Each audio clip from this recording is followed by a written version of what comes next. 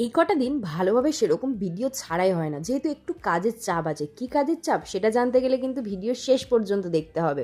তো দেখো, প্রথমেই বিছানাটা গুছিয়ে ব্রাশ করে চা খেয়েই দেখো এই যে চলে গেলাম। শেষ পর্যন্ত যেতে লাগেনি।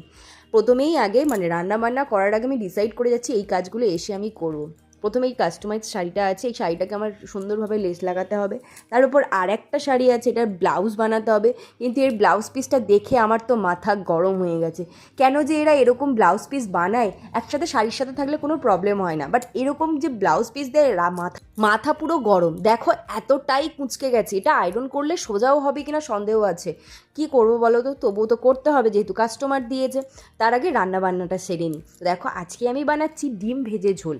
তো একদিকে তরকারি করছি আর একদিকে আমি ভাতটাও বসিয়ে দিয়েছি, যেহেতু আমার এখনও স্নান টান কমপ্লিট হয়নি। আমি আগে রান্নাটা করে নিচ্ছি, তারপরে স্নান করবো, কারণ ওপরে আরও অনেক কাজ আছে, ঘর মুছতে বাকি আছে, তো সেই কারণে। তো দেখো আমার সব কাজ কমপ্লিট করে আমি লেসটা বসিয়ে নিয়েছিলাম দুপুরে বসে। আর দেখো লাস্টে কি সুন্দর লাগছে। আর সকালের আলোতে এক ধরনের কালার লাগছিল শাড়িটা, আর রাত্রের আলোতে এক ধরনের কালার লাগছে, বাট লেস বসিয়ে কিন্তু দারুণ লাগছিল।